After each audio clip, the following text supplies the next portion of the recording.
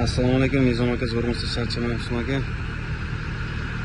Ko'cha Dog'iston 28-iyun yuklangan mollarimiz Qozog'iston Kazan granitsaga yetib keldi, xudo xohlasa. 70 kilometr qoldi, biz buni zapravkadamiz. Mollar zo'r aka, xudo xohlasa. Hammasi yaxshi. Ventilatorlar qo'shib qo'ygan, ishlayapti.